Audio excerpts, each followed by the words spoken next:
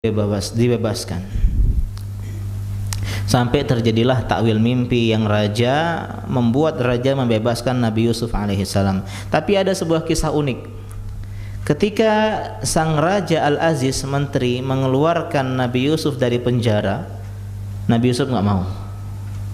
Ya kalau kita kan, wah, haji mumpung ini. Ketika disuruh keluar penjara langsung tergesa-gesa. Nabi Yusuf nggak mau. Beliau kasih satu syarat, tolong bebaskan nama baikku.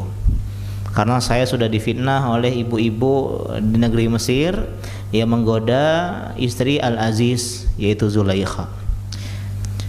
Begitu juga Nabi SAW ketika istri-istrinya, ya kadang istri ini qanaah Pak, tapi kalau salah gaul bahaya, salah follow Instagram bahaya. Jadi ibu-ibu di zaman Nabi SAW itu kumpul juga seperti ibu-ibu kita, istri-istri kita. Ya mungkin sebagian sahabat, masya Allah, ibunya, istrinya dapat hadiah dari suaminya. Suaminya dapat tanah dari perang ya Khaybar atau perang yang lain. Sehingga mulailah istri-istri Nabi ngerasa subhanallah. Ya alangkah enak jadi mereka. Dapat hadiah dari suaminya, dapat nafkah yang banyak dari suaminya. Akhirnya mereka bersembilan sepakat menemui Nabi SAW, minta tambah uang nafkah bulanan. Pernah nggak Pak? Ya istri minta, ini Bi sudah BBM naik nih Bi, tambah 10%. Dan Nabi SAW ketika itu marah. Dan Nabi mendiamkan, menghajar, meninggalkan istrinya 1 bulan. Ya sebagai bentuk. Jadi jangan lihat sosmed-sosmednya saja Nabi. Ibu-ibu, oh so sweet Nabi begini, kalau minum bekas minum dicari bekas minumnya, ya. Ya kalau istri minum, ini bekasnya kita putar ya sebelah sini. Ya. Tapi Nabi juga di satu saat tegas sama istrinya. Enggak diajak ngomong 1 bulan sampai viral berita trending. Nabi menceraikan istri-istrinya. Wah itu mertua beliau langsung cemas itu. Abu Bakar As-Siddiq, Umar bin Khattab datang ke Nabi. Ya Rasulullah, benar ente menceraikan istri-istri? Enggak cerai kok. Saya cuman diamkan mereka sebulan. Akhirnya setelah sebulan dipanggil istri-istrinya. Dikasih 2 opsi pilihan. Wahai istri-istriku, kalau kau mau pengen tambahan dunia, tambahan nafkah, tambahan harta, tambahan uang, saya berikan. Tapi cukup sampai di sini. Lo gue end. Tapi kalau kau masih mau bersama diriku, maka kau harus rela mendapatkan apa yang aku berikan, sesuai dengan apa yang aku berikan. Orang yang pertama Nabi tanya adalah Aisyah radhiyallahu taala anha. Aisyah, ya saya akan kasih 2 opsi, tolong jangan tergesa-gesa, kata beliau. La tastajili, jangan tergesa-gesa, jangan tergopo-gopo. Engkau musyawarah dulu dengan orang tuamu. Engkau ajak ngobrol dengan Abu Bakar, dengan Ummu Aiman, ya. Bukan Ummu Aiman, dengan Ummu Ruman, ibumu, kau ngobrol dulu. Tapi Aisyah mengatakan, enggak ya Rasulullah, saya langsung berikan keputusan, saya ingin bersama Allah dan Rasulnya. Dan jawaban ini diikuti oleh 8 istri Nabi yang lainnya. Sehingga saat itu ya Nabi tetap bersama ke-9 istrinya. Tapi di situ poinnya adalah Nabi bilang jangan tergesa-gesa dalam mengambil keputusan. Dan kita sudah bahas kemarin tentang banyaknya perintah untuk ya jangan tergesa-gesa. Ya. Pun dalam masalah dakwah Nabi Nuh 950 tahun. Ada sahabat namanya Khabbab bin Arat, Pak. Khabbab bin Arat itu blacksmith, si pandai besi. Beliau salah satu sahabat Nabi yang disiksa oleh majikannya. Karena beliau pandai besi, jadi beliau disiksa dengan besi yang panas. Bahkan api jadi padam karena punggungnya Khabbab bin Arat. Umar bin Khattab pernah melihat punggungnya Khabbab bin Arat bekas luka, bekas bakar. Beliau mengatakan, ya Allah, aku nggak pernah melihat punggung yang lebih buruk dibandingkan punggungnya Khabbab bin Arat. Nabi pernah sandaran di Ka'bah. Datang Khabbab bin Arat, "Ya Rasulullah, wahai Rasulullah, ala tad'u lana? Kenapa kau enggak mau mendoakan kami? Kami disiksa ya Rasulullah, kami disakiti, kami dizolimi, kami dianiaya. Kenapa kau enggak mendoakan kemenangan untuk kami, pertolongan Allah kepada kami?"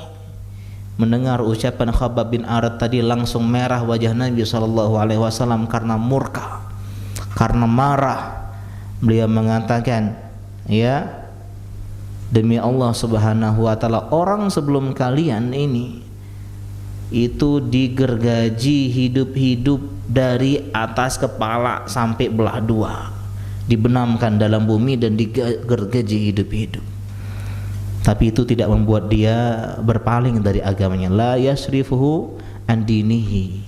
Ada orang yang disisir dengan sisir dari besi hidup-hidup sampai tulang dan kulitnya berpisah, dagingnya pisah, hidup-hidup. Disiksa lebih dibandingkan kalian. Ya, tapi mereka tidak pergi meninggalkan agama ini. Demi Allah, nanti Allah akan menangkan agama ini. Sampai seorang wanita pergi dari Son'a ke Hadramaut di daerah Yaman, dia tidak takut kecuali kepada Allah Subhanahu wa taala. Artinya aman, damai. Dan seekor serigala yang memangsa kambingnya. Kemudian ending closing statementnya Nabi SAW, "Walakinnakum qaumun tasta'jilun." Kalian ini enggak slow, tergesa-gesa. Baru dakwah sekali ya langsung dikucilkan keluarga, langsung nyerah. Baru nasihati istri sekali dilawan, langsung nyerah. Baru nasihati anak sekali, langsung nyerah. Baru belajar bahasa Arab sekali nggak bisa, langsung nyerah. Kalian tergesa-gesa, kata Nabi SAW. Butuh proses. Ya, ngubah orang tua yang udah lebih lama hidupnya dibanding kita, ya, maka penting untuk memahami jangan tergesa-gesa. Ya, wallahu taala alam. Kita bahas kemarin di antara contoh-contohnya adalah slow dalam berbicara. Kata para ulama, kalau ngomong itu 3 hal dulu diperhatikan. Yang pertama, ikhlas gak kita ngomong? Masya Allah, berat ini. Kalau udah ikhlas, yang kedua, benar gak ucapan kita? Kalau udah benar, ada maslahat gak kita ngomong? Jadi luar biasa para ulama terdahulu, ya. Dan juga mengambil keputusan. Dalam Islam ada namanya apa, Pak? Musyawarah. Kenapa ada musyawarah? Agar kita tidak tergesa-gesa. Misalnya kita punya tanah, kita jual. Itu tanah kita sama keluarga besar. Ada yang pengen nawar sekian, nanti dulu ngiyain. Ya, musyawarah dulu. Gimana nih, ada tawaran sekian? Kayaknya harganya masuk nggak ya? Kayaknya itu terlalu murah, tapi kapan lagi begini-begini hanya bismillah. Musyawarah. Jangan tergesa-gesa. Dalam ilmu manajemen, ilmu pengembangan diri, ya, seorang harus membuat keputusan itu lebih dari 3 kali 24 jam. 3 hari 3 malam, Pak. Ya, jadi kalau misalnya kita sedang dipinang, istri anak kita, ya, anak perempuan kita dipinang oleh laki-laki, 3 hari 3 malam. Jangan langsung iya laju, jangan. Ya, slow. Step by step. Ketika misalnya kita pengen melamar, nih ada akhwat, kita istikharah dulu, libatkan Allah Subhanahu wa taala. Kecuali, ya, kita bahas kemarin pengecualian. Akhirnya pengajian terlambat terus datang dengan alasan slow, Pak Ustadz. Jangan tergesa-gesa. Al-ajalah minasyaitan. Ya, salat selalu masbuk dengan alasan al-ajalah minasyaitan. Ya, kemudian misalnya hal-hal yang baik, orang sudah haji semua, umroh semua, dia enggak pernah, al-ajalah minasyaitan.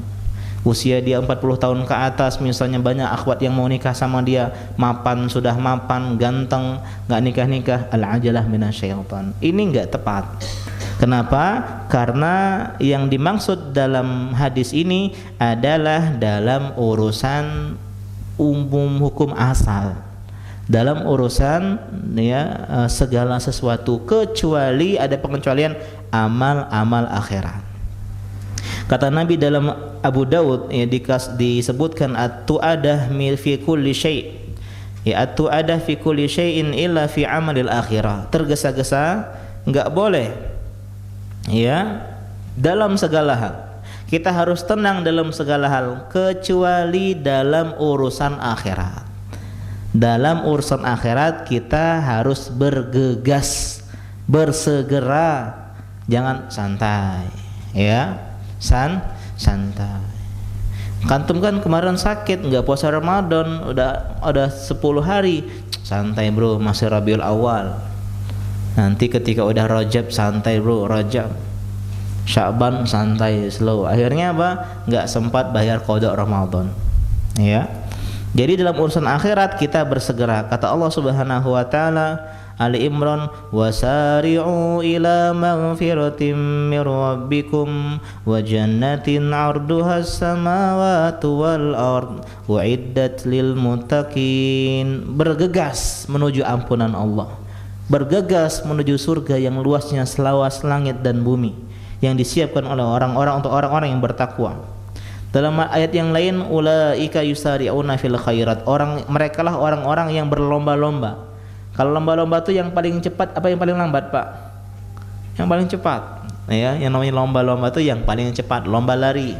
Ya, yang paling cepat misalnya ya sampai finish itulah pemenangnya.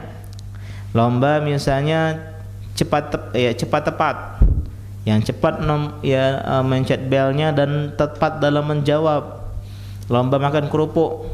Yang cepat yang pertama kali menghabiskan kerupuk, artinya namanya lomba itu berarti disuruh cepat-cepat. Wahum laha sabiqun. Banyak fastabiqul khairat. Ya falizalika falyatanafasil mutanafisun dan seterusnya. Dalam sebuah ucapan ulama dikisahkan Hatib bin Al-Aqsam mengatakan tergesa-gesa dari setan kecuali dalam 5 hal. Jadi 5 hal ini kita diperintahkan untuk bergegas, bersegera. Yang pertama, menyiapkan makanan kalau ada tamu. Ya, jadi ada tamu langsung Pak, langsung ke belakang siapin mungkin air, ya, atau misalnya roti, ya, atau misalnya makanan yang lain. Kalau ada kambing keluar, kalau ada sate, tongseng, ya. Insyaallah kalau ada aku pengen bertamu ya. Jadi intinya jangan diperlambat, kalau ada tamu langsung Pak. Siapin apa? Siapin jamuan. Yang kedua, urus jenazah ketika sudah wafat.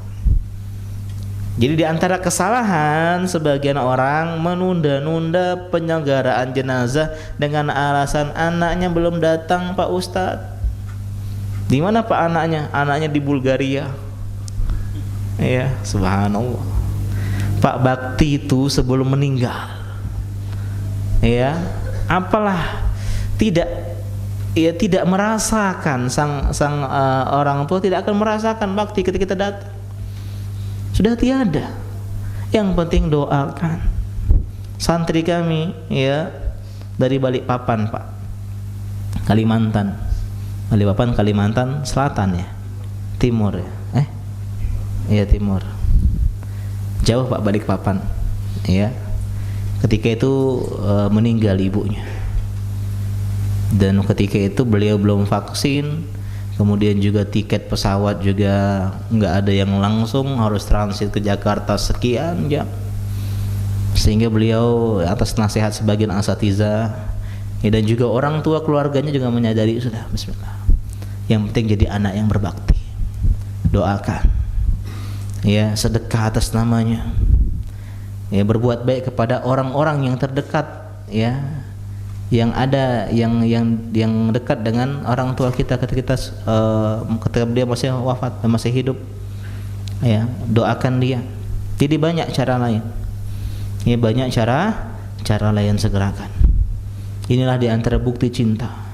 Kalau kalian jauh sekali, orang tua kalian misalnya ada di Papua Nugini sana, telepon meninggal, terima kasih Pak informasinya, semoga ayah ibu ya husnul khotimah, Allah ampuni kesalahannya, Allah terima kebaikannya, segerakan siapkan jenazahnya, saya mungkin akan datang besok atau lusa.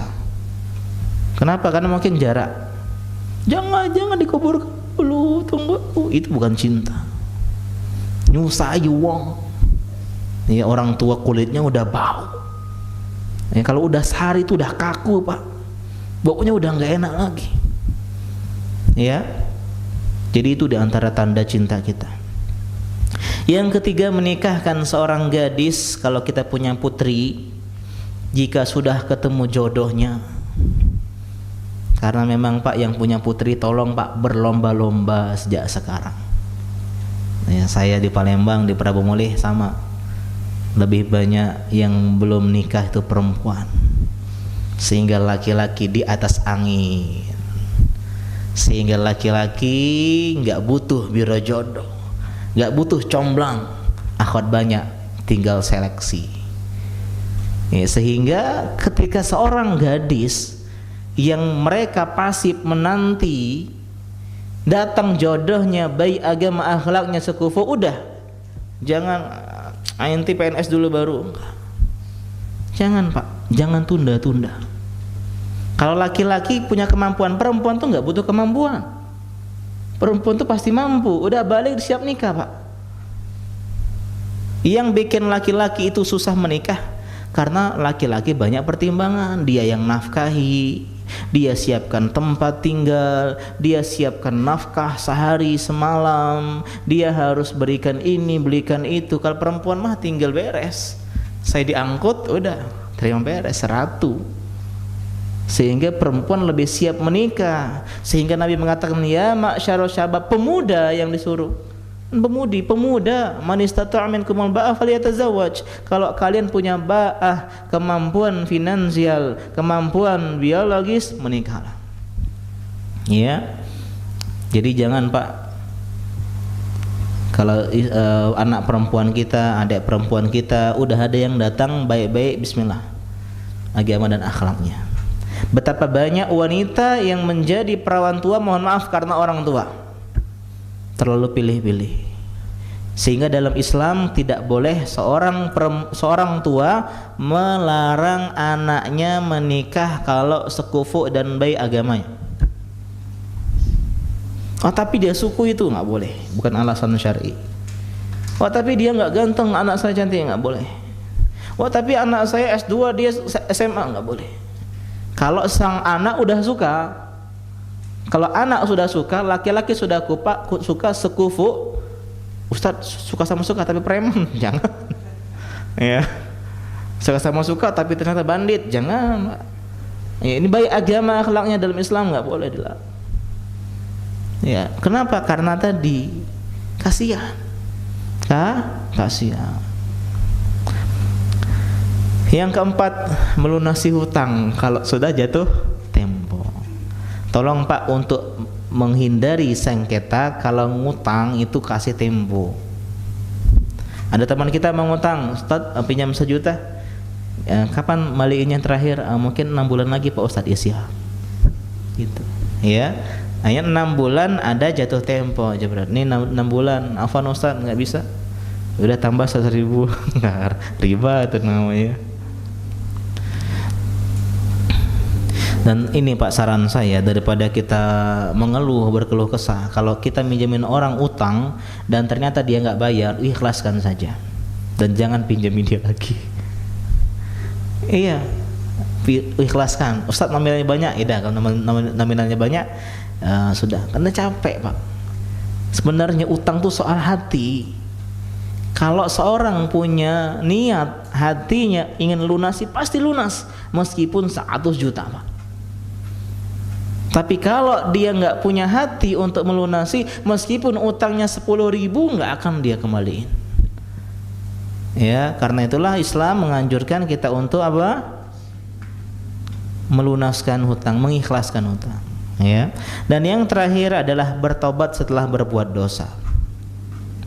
Bertobat setelah berbuat dosa. Jangan tunda-tunda tobat. Menunda tobat butuh tobat, kata para ulama.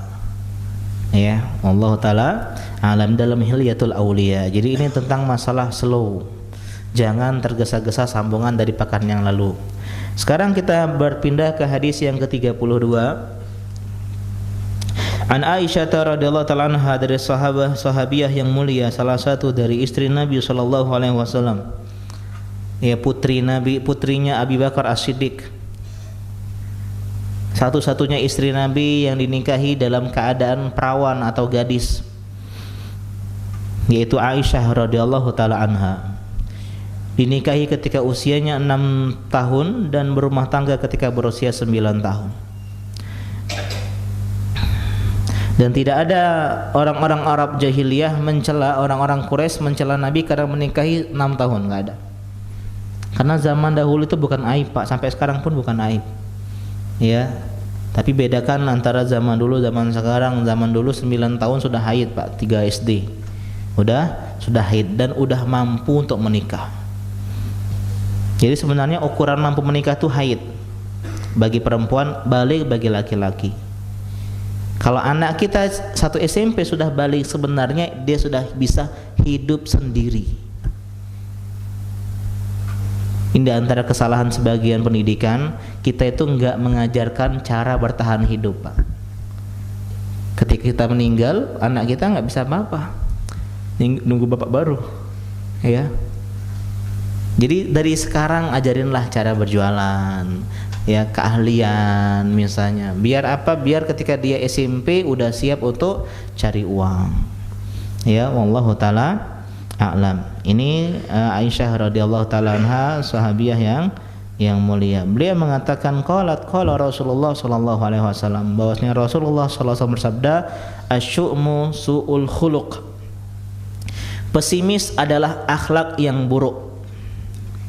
Akhrajahu Ahmad fi musnadihi wa fi isnadihi dha'fun. Hadis riwayat Imam Ahmad dalam musnadnya, dan di dalam sanadnya ada kelemahan sehingga hadis ini dhaif, lemah. Dalam riwayat yang lain Abu Daud, husnul malakah nama, berbuat baik kepada pembantu, budak, pelayan adalah sebuah keberkahan, sebuah keberuntungan. Wa su'ul khuluq syu'mun, dan akhlak yang buruk mendatangkan kesialan, mendatangkan sikap pesimisme. Meskipun hadis ini dhaif, kata para ulama, maknanya benar, bahwasanya pesimis, beranggapan negatif, berkeyakinan sial adalah akhlak yang tercela. Ini, jangan mudah berburuk sangka. Ya, ini diantara hal yang harus jauh dari diri seorang mukmin adalah mudah mempercayai mitos. Ya. Dalam bahasa Arab dahulu, orang Arab jahiliyah mengenalnya dengan tatoyur. Ya, tatoyur itu dari kata burung, Pak, toirun, burung atau toirun. Yang mana dahulu orang-orang Arab jahiliyah kalau lagi jalan, lagi safar, pengen studi banding ke Jakarta, ke Jawa misalnya, dia lihat burung ngarah ke kiri, waduh, balik. Kenapa? Sial, bahaya kita ini, pecah ban tengah jalan tol, ya, pacak tabrakan dan seterusnya, pacak kena begal. Akhirnya mereka mengurungkan niatnya kalau mereka sedang safar melihat burung terbang ke arah kiri. Sebaliknya kalau mereka melihat burung terbang ke arah kanan, oh, beruntung ini bro, aman insyaallah, ini sampai tujuan, ya, dan seterusnya. Ini diantara keyakinan tradisi Arab jahiliyah yang dilarang dalam Islam, yang dihapus oleh Islam. Bahkan Nabi mengatakan wala tiarah, enggak boleh tatayur, wala hama, tidak boleh beranggap sial gara-gara burung hantu, kiku, nah nak mati sudah. Wala safar, dan tidak boleh beranggapan sial gara-gara bulan safar, bulan kemarin. Sekarang bulan apa, Pak? Jumadil, Rabiul Awal, Rabiul Awal. Bahkan Nabi mengatakan ini kesyirikan. Percaya pesimis dengan hal-hal yang mitos seperti ini, beranggapan sial dengan hal-hal yang tidak mendatangkan kesialan, ini dinamakan kesyirikan oleh Nabi. At-tiyarah syirkun, at-tiyarah syirkun, at-tiyarah syirkun, ditegaskan 3 kali, Pak. Ya, pesimis beranggapan sial itu kesyirikan dan kesyirikan. Jadi nggak boleh kita percaya dengan kesialan dengan hal-hal yang tidak Allah jadikan sebab kesialan. Contoh angka 13. Kalau lihat bus itu 12A, 12B, 14. Ya, atau misalnya bus 11, 12, 14. Ada apa dengan angka 13? Sial Pak Ustadz. Kalau ada mobil angka 13 nanti kecelakaan. Gaji 13 dicari-cari.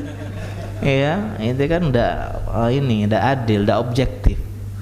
Ya. Angka 4 Pak, kalau ke hotel coba lihat liftnya 1, 2, 3, 5. Ya, angka 4. Ya, angka 4 itu apa? Anggapan sial. Padahal dalam Islam 4 adalah kesempurnaan. Ya, yang ketawa paham ya. Enggak boleh ada 4 Pak, 4 tas. Ya, atau contohnya menabrak kucing misalnya. Akan tetapi saya dapat faedah dari Ustadz Syafiq hafizahullah taala ketika saya temani beliau ke Linggau. Jadi waktu mobil itu mau nabrak kucing, hampir tapi nggak jadi. Beliau bilang bahwasanya kenapa kita kadang dapat kesialan gara-gara nabrak kucing, bukan karena kucingnya, tapi gara-gara bangkai kucing yang membuat orang melaknat penabraknya. Ya, misalnya kita mau kucingnya mati tengah jalan kan, kita nggak ngapa-ngapain, itu kan jadi bangkai, bau, orang lewat ngerasa apa? Terganggu, siapa yang nabrak, semoga sial deh, gitu. Jadi doa-doa orang yang terzolimi Pak, bukan gara-gara kucing tadi yang membawa sial. Ya, jadi memang ada hal-hal yang mendatangkan kesialan dalam Islam yang namanya sebab syar'i, yaitu dosa dan maksiat. Boleh menyandarkan kesialan kepada dosa dan maksiat. Kecelakaan, subhanallah. Iya, kemarin aku tuh beli pempek 2 ngomong siko. Iya. Ini baru boleh. Kenapa? Karena memang dosa dan maksiat sebab kesialan. Wah, saya hilang sendal di Masjid Anwar. Iya, kemarin juga aku pakai sendal wong. Al jaza min jinsil amal dan seterusnya. Ya, jadi kalau dapat kebaikan sandarkan kepada Allah Subhanahu wa taala, kalau dapat kesialan, keburukan sandarkan kepada dosa dan maksiat. Ma asabaka min hasanatin faminallah wa ma asabaka min sayyi'atin famin nafsik. Musibah yang menimpamu ya atau kebaikan yang menimpamu itu datang dari Allah, dan musibah yang menimpamu datangnya dari dirimu sendiri. Ketika ya akhlak buruk, pesimis adalah akhlak buruk, berarti lawan dari pesimis apa? Optimis adalah akhlak yang mulia. Ada juga yang mengatakan maksud hadis ini asy'um atau akhlak yang buruk adalah pesimis ya, atau asy'umu su'ul khuluq, pesimis adalah akhlak yang buruk, maksudnya adalah kesialan disebabkan akhlak yang buruk gitu loh. Sial disebabkan akhlak yang buruk. Jadi akhlak yang buruk mendatangkan kesialan. Akhlak yang baik mendatangkan keberuntungan. Ya, misalnya ada orang merokok, terus ngumpat-ngumpat orang yang jalan. Ya, maka orang akan nggak suka sama dia. Nah, ini budak ini, ya kita misalnya klakson kan dia kot-kot, ya terkejut dia jatuh, sial dia, gara-gara akhlaknya yang buruk. Tapi masya Allah orang ini sopan sekali, ya. Misalnya penjual ini baik sekali, sopan, ya sudahlah saya bayar lebih lah. Kenapa bayar lebih? Keberuntungan, ya karena akhlak yang baik. Ada makna lainnya, ada mengatakan maksudnya adalah kalau kita berakhlak buruk, kita akan jadi pribadi yang mudah pesimis. Tapi kalau kita berakhlak baik, kita akan menjadi pribadi yang optimis. Jadi di antara akhlak yang tercela, jangan mudah merasa sial gara-gara sesuatu. Ya, ketika misalnya ya mimpi ya buruk, ketika anaknya dilamar, wah ini berarti ya pertanda dan seterusnya. Meskipun terkadang bisa jadi lewat mimpi, ya tapi jangan mudah menyandarkan kesialan pada sesuatu. Ya, nak kau tuh anak bertamu, dia anak bertamu, jangan nanti sial rumah tanggamu. Ini namanya pesimis. Ya, jangan kau tuh kau tuh lion, dia tuh Pisces, ya. Iya, si singa makan ikan apa? Ya, maka ini adalah sebuah hal-hal yang enggak tepat. Jangan Pak, kan keluarga kita sudah ada yang nikah tahun ini, tidak boleh tahun ini dalam 1 tahun nikah 2 wong. Bukan tidak boleh nikah, kate duitnya. Ya, jangan ngomong kesialan, ngomong baik kate duit sudah. Ya berarti tahun depan begitu. Ya, setelah Islam melarang yang namanya pesimis, berarti Islam menganjurkan yang namanya optimis. Ini Pak, ini harus ada dalam jiwa-jiwa yang beriman. Optimis artinya beranggapan baik, beranggapan positif, all is well, semua akan baik-baik saja. Di PHK semua akan baik-baik saja. Kecelakaan semua akan baik-baik saja. Ini adalah orang yang beriman kepada Allah Subhanahu wa taala.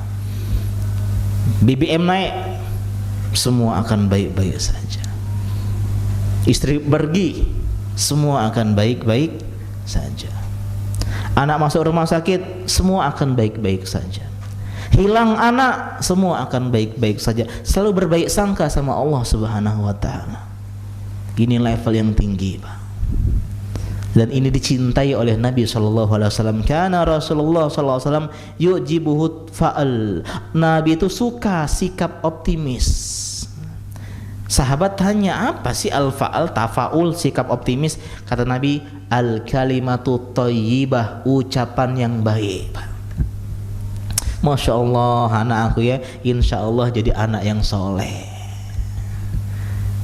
Anak nakal, kurang ngajar, ini jadi apa kau nak? Nah, ini ucapan-ucapan pesimis.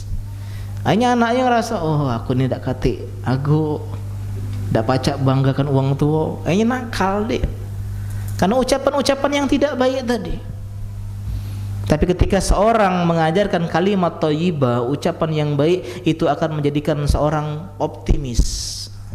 Dia bisa mengatakan bisa izin Allah Subhanahu wa taala. Kau bisa nak ngapa Quran? Bisa insya Allah Pak.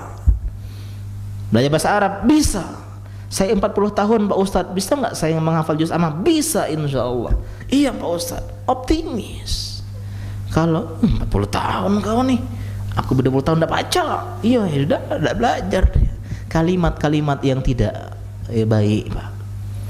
Banyak orang-orang menjadi sukses gara-gara ucapan. Jangan pernah remehkan ucapan. Jadi ucapan yang baik dicintai oleh Nabi SAW. Kalau kita jenguk orang kan tahur insyaallah, nggak masalah. Menghapus dosa insyaallah, ya, lekas sembuh insyaallah, ya. Jangan nih kau kemarin keluarga aku sama ini, sama nih ancak kau nih persis besoknya meninggal. Kan ini kan jadi pesimis dia. Ya, jadi optimis dalam segala hal Pak. Orang yang berdosa sekalipun, ya, berdosa besar, ketika dia merasa pesimis dari Allah Subhanahu wa taala, tercela.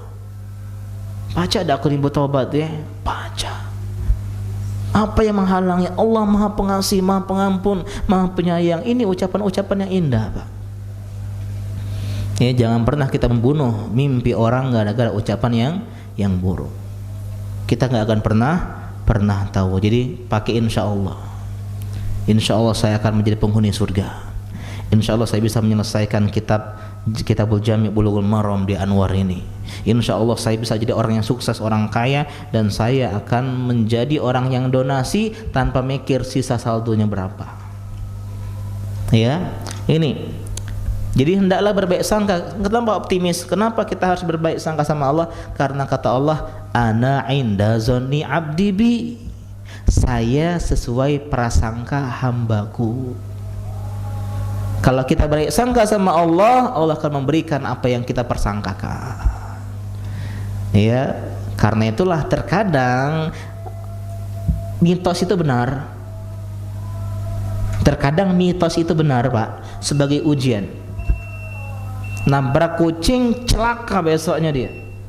Ini untuk menguji, ya, untuk menguji dia akan mendapatkan sesuai yang dia persangkakan. Saya punya teman, dia suka zodiak dulu. Wow, ramalan bintang. Rezeki lancar. Wah, lancar rezeki. Jadi dia semangat kerja, Pak. Lancarnya kan, bener gak percaya kau. Kenapa? Mindset.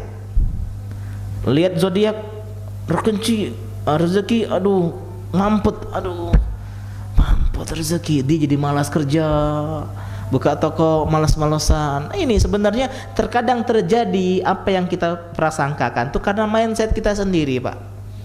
Ya, jadi penting masalah mindset. Kita dengar azan. Assalamualaikum warahmatullahi wabarakatuh. Alhamdulillah wassalatu wassalamu ala Rasulillah wa ala alihi wa ashabihi wa la hawla wa la quwwata illa billah. Dan memang optimis ini berat, Pak, ya. Kita itu lebih suka dengan prasangka buruk dibanding prasangka baik. Padahal optimis ini adalah jalannya para nabi. Kita pernah bahas Nabi Ibrahim alaihissalam optimis. Mekah yang tandus gersang kering lagi kerontang, tak ada tumbuh-tumbuhan, tak ada air, tak ada manusia, tak ada perumahan, tak ada perkampungan, tak ada Indomaret dan Alfamart, ya. Bisa menjadi tempat bertautnya hati semua manusia. Dan sekarang terbukti, Pak. Yang sudah pernah ke sana pengen ke sana, yang belum pernah pengen ke sana. Nabi Yakub alaihi salam ketika kehilangan putra tercintanya Yusuf, bertahun-tahun masih saja dia bilang sama putra-putranya, ya baniya, wahai anak-anakku, idhabu fatahassasu min Yusuf wa akhi. Ya, carilah Yusuf dan saudaranya Benyamin. Wala tayasu min rauhillah innahu la yayasu min rauhillah illa alqaumul kafirun. Dan jangan putus asa dari rahmat Allah Subhanahu wa taala. Jadi kita, Pak, kalau hilang anak bertahun-tahun, ya mungkin sudahlah, ikhlas lah bahasa kita. Bukan berarti enggak ikhlas Nabi Yakub, enggak. Tapi ini menunjukkan betapa baik sangkanya dia sama Allah Subhanahu wa taala. Ya, Nabi Musa alaihissalam selamat dari kejaran Fir'aun. Ya, itu pun sama optimis dia. Padahal di kanan ada gunung, di kiri ada gunung, ya. Bukan Ofra Panjapa, ya. Di depan laut Samudra Merah. Laut Merah, samudra yang luas. Di belakang Fir'aun dengan beribu-ribu, di dalam riwayat dikatakan ratusan ribu, Pak. Semua pasukan Mesir dikerahkan semua untuk mengejar Musa dan kawan-kawannya. Bersenjata lengkap dengan kuda-kuda yang tangguh. Tapi ingat, Pak, setiap jalan depan tertutup, kanan tertutup, kiri terkunci, belakang terkunci, kita masih ada jalan ke atas. Inna lamudrakun, kita pasti ketangkep lah. Kalla inna ma'iya rabbi sayahdin. Optimis Nabi Musa. Musa tuh nggak tahu, Pak, nggak tahu Musa apa yang akan terjadi. Pokoknya disuruh pergi, kabur. Baik sangka sama Allah Subhanahu wa taala. Enggak, kita enggak akan ketangkap. Optimis. Beda kalau optimis udah punya jurus, Pak. Ya, wah, aku optimis, aku lah tahu jalan keluarnya. Ini belum tahu jalan keluarnya. Tapi hatinya udah optimis sama Allah Subhanahu wa taala. Enggak, kita akan baik-baik saja. Dan terbukti Allah perintahkan Nabi Musa melemparkan tongkatnya, terbelahlah lautan menjadi 12 jalan. Setiap kabilah Nabi Musa alaihissalam. Nabi Muhammad sallallahu alaihi wasallam ketika beliau hijrah, mau dibunuh, dead or alive, hidup atau mati, 100 ekor unta, 3 miliar mungkin nominal sekarang. Kita bahas kalau misalnya cari Roni Nurusmansyah, hidup atau mati 3 miliar. Ini saya orang Prabu ini mbak cuti kalau, Pak, ngejar si Roni ini. Begitu juga semua penduduk kota Mekah ketika itu cari Rasulullah sallallahu alaihi wasallam. Dan beliau sembunyi di Gua Thur dengan sahabatnya Abu Bakar As-Siddiq yang saking dekatnya kalau noleh ke bawah aja ketahuan. Bayangin. Kejinguan. Ya, ada semut ngigit kaki, kejinguan. Saking dekatnya, cuman ini aja kelihatan. Hanya beberapa detik gerakan saja. Cemas itu Abu Bakar As-Siddiq, cemas, Pak. Ya Rasulullah. Ya, lau anna hadahum nazara tahta qadamaihi al-absarona, kalau mereka salah satunya ngelihat saja ke bawah, kedapetan kita, kelihatan di celah-celah gua tersebut. Tapi Nabi optimis. La tahzan, jangan khawatir, jangan sedih. Innallaha ma'ana, Allah bersama kita, semua akan baik-baik saja. Iman, Pak. Ini hasil pengajian. Ya, semua akan baik-baik saja. Kemudian beliau mengatakan, mazunuka bisnaini Allahu thalisuhuma, apa pendapatmu dengan dua orang yang Allah adalah pihak ketiganya? Perang Khandaq, perang Ahzab, sekutu, gabungan orang Yahudi, orang Arab, orang Mekah, orang Arab pedalaman yang masih benci dengan Islam, berkumpul bersekongkol bikin pasukan sekutu, Al-Ahzab namanya. Mereka pengen menyerbu kota Madinah. Ketika itu seorang Salman Al-Farisi memberikan sebuah ide cemerlang, bikin khandak, bikin paretnya dalam jauh, sehingga kalau dikepung ada paret kan mereka nggak bisa langsung ngepung, Pak, ya, kayak benteng tapi ke bawah, ya, loncet nggak nyampe, akhirnya tertahan kita, dari jauh kita bisa panah, lempar batu, lempar tombak. Jadi bagus sekali idenya Salman ini. Tapi kan bikin paret butuh usaha, butuh effort, sehingga kerja bakti itu sahabat centang. Ada batu yang besar nggak bisa dipatahkan, kata Nabi, minggir biar saya saja. Centang, saya melihat Romawi dan Persia kita akan kalahkan. Masuk akal nggak, Pak? Ya, usia Islam hanya di Madinah mungkin 5, 6, 7 tahun. Tapi Rasulullah mengatakan Persia, Romawi, dua kerajaan Bizantium, imperium raksasa yang berabad-abad merajai dunia.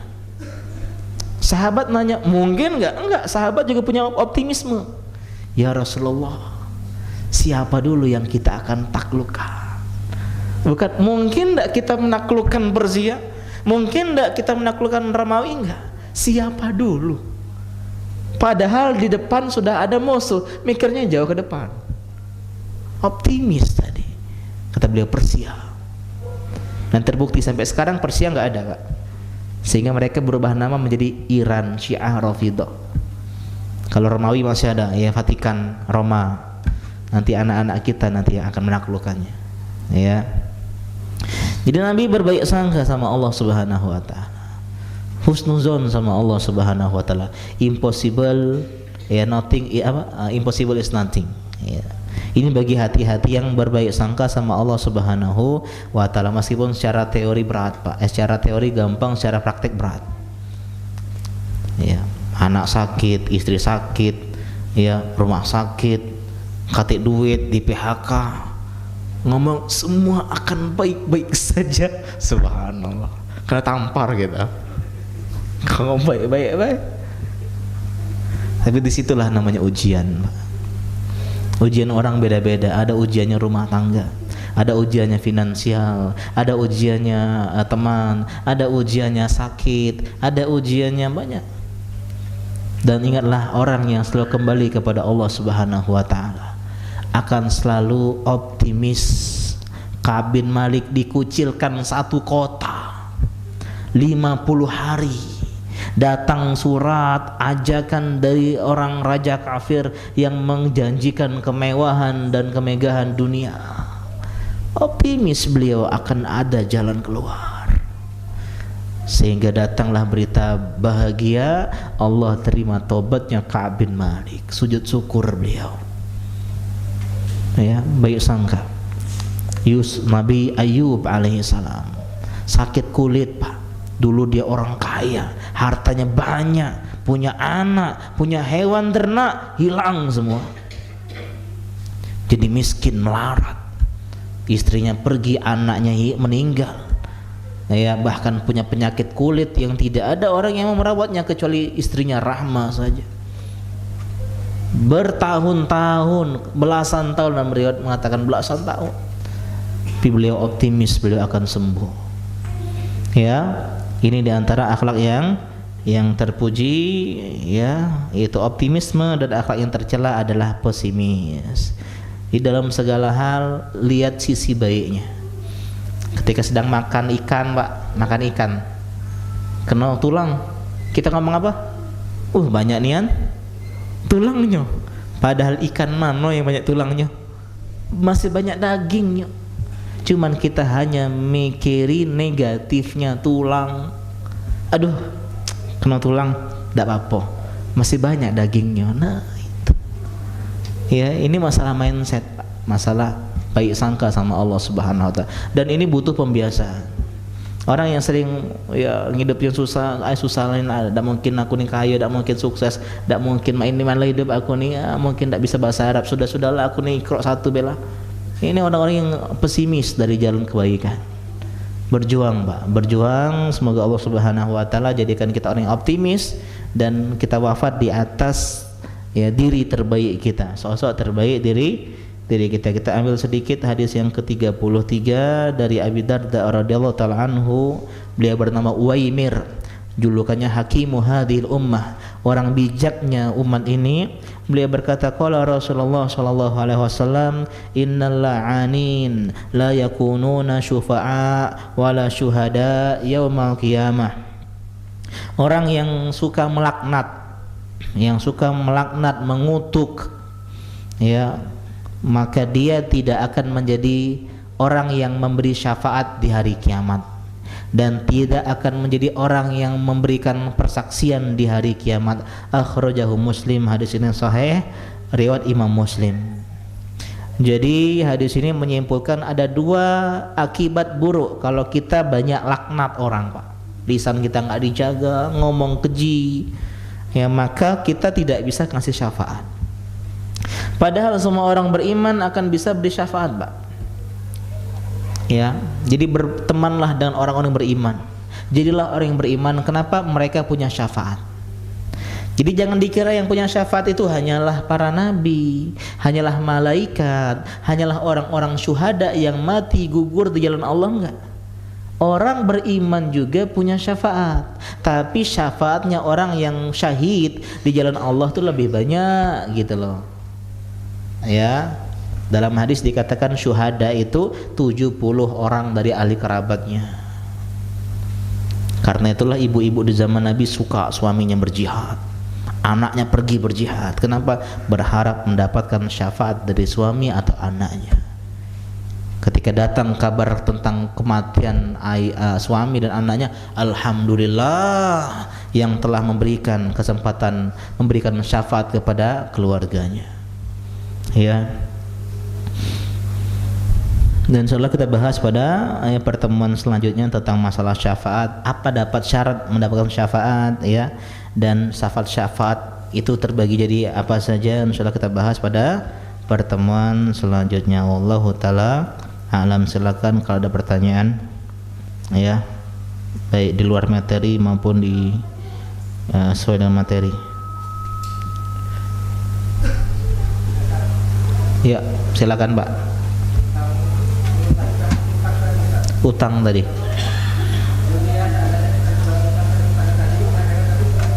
Iya. Berarti nggak ikhlas. Iya. Iya. Kalau kita mengikhlaskan berarti di akhirat enggak. Iya. Kenapa? Karena seperti tidak punya hutang. Kita istilahnya putih, ya, bahasa kita kalau pajak itu pemutihan pajak. Ya, kalau pemutihan kan tidak dianggap kenapa? Pajak. Begitu mengikhlaskan artinya orang yang diikhlaskan tidak mendapatkan tanggungan. Ya, tapi dia zolim, ya bukan gara-gara nggak utangnya, tapi gara-gara nggak mau bayar utang. Tapi gara-gara utangnya maka dia dimaafkan karena utangnya sudah kita ikhlaskan. Ya, wallahu taala a'lam. Di antara solusi lain masalah hutang ini gadai, Pak. Sebagian orang ini kalau orang ini kayak nggak percaya, minta gadainya, Pak.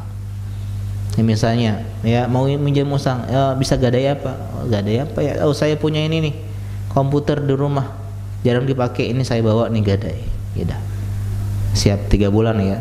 3 bulan misalnya, ya nggak bisa bayar, saya jual ya komputer, ya udah jual lah. Kita jual dengan harga terbaik, kalau ada sisa kita kembaliin. Ini solusi. Jadi di antara muamalah yang jarang dipakai ini gadai, Pak.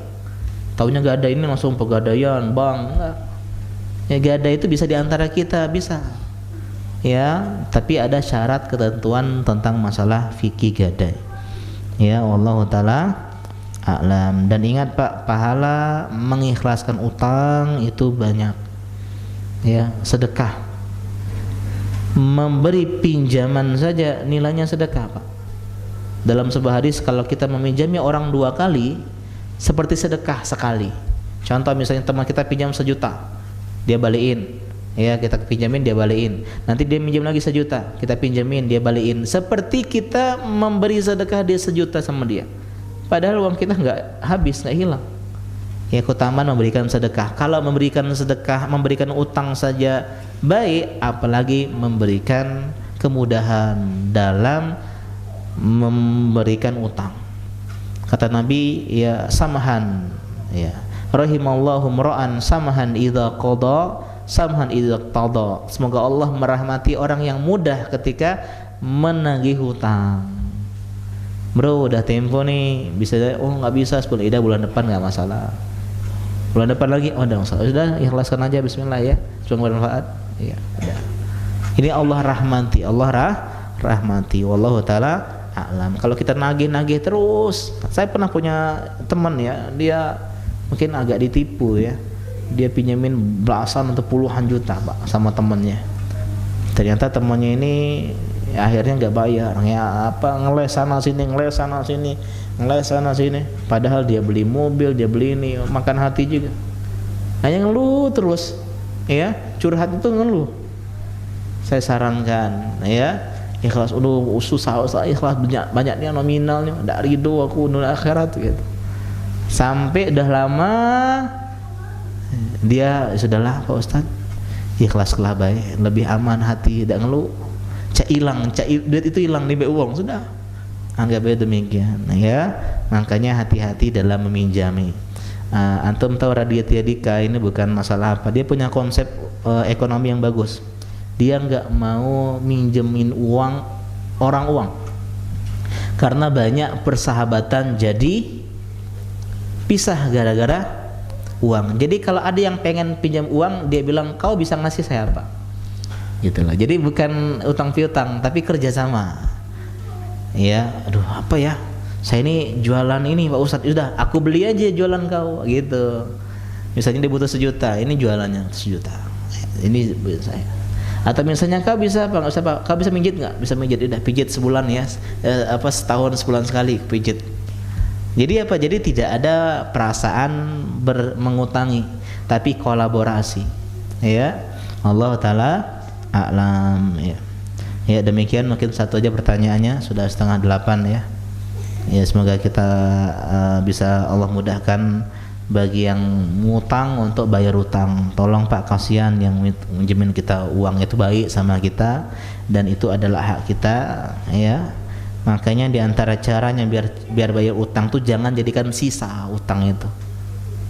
Ketika dapat gaji langsung sisihkan untuk nyicil utang. Ini di antara prinsip ekonomi ya. Dahulukan kewajiban. Banyak orang tua wali santri nunggak gara-gara dia salah prinsip. Konsumsi itu di belakang, yang pertama kali kewajiban. Jadi misalnya kita gajian nih dapat 2 juta, SPP anak berapa? 300. Nah, sisihkan dulu. Cicilan motor berapa? 200. Nah, utang sama teman berapa? 100. Nah, ini keluarin dulu, sisanya baru kita konsumsi. Makan nasi, lauk, garam, tempe, tahu, itulah. Ya, daripada kita makannya ya di Solaria, wah, ya, kemudian jalan-jalan ke mall, ujung-ujung bulan mohon maaf utangnya bulan depan baik ini sampai mati mah itulah. Karena sudah salah konsep manajemen keuangan. Enak Pak belajar manajemen keuangan itu meskipun berat ya, tapi enak demi kebahagiaan, kebebasan finansial. Kita akhiri subhanaka Allahumma bika asyhadu an la ilaha illa anta astaghfiruka wa atubu ilaik. Insyaallah pada pertemuan selanjutnya kita akan bahas tentang tadi syafaat dan juga orang yang mencela dosa orang lain dalam sebuah hadis akan melakukan dosa tersebut sebelum dia meninggal. Ini benar apa enggak? Maling. Maling. Agak dia pula maling. Ya. Ya, saya pernah dulu ngetawain orang tidur lalu motor. Jadi ada tukang ojek itu subuh-subuh pagi-pagi saya lagi SMA ya. Ya, dalam hati aku, kok bisa orang tidur naik motor? Saya ketawa, dia jatuh saya ketawa dulu. Jahat sekali. Bertahun-tahun kemudian saya juga jatuh waktu pulang kajian naik motor ke Kayagung, ke Palembang, ya. Itu baru punya motor Matic Pak, ya. Selama ini kan motor gigi, motor Matic di jalan Soekarno Hatta itu kan lurus aja. Jam 1, jam setengah 2 siang, lagi capek-capeknya karena pengajiannya bolak-balik naik motor dari Palembang ke Kayagung, langsung balik. Jadi ngantuk, wah udah kayak gini-gini nih, ya. Allah 15 menit lagi, ya tanggung ngebut-ngebut, ya tiba-tiba teng, ya seminggu kita takapar di rumah, ya. Nah, apakah benar hadis ini? Ya, kita kalau nyela orang akan melakukan hal yang sama dengan apa yang kita akan nanti kita cela tersebut. Wallahu taala alam, kita bahas pada pertemuan selanjutnya. Subhanaka Allahumma bika asyhadu an la ilaha illa anta astaghfiruka wa atubu ilaik. Assalamualaikum warahmatullahi wabarakatuh.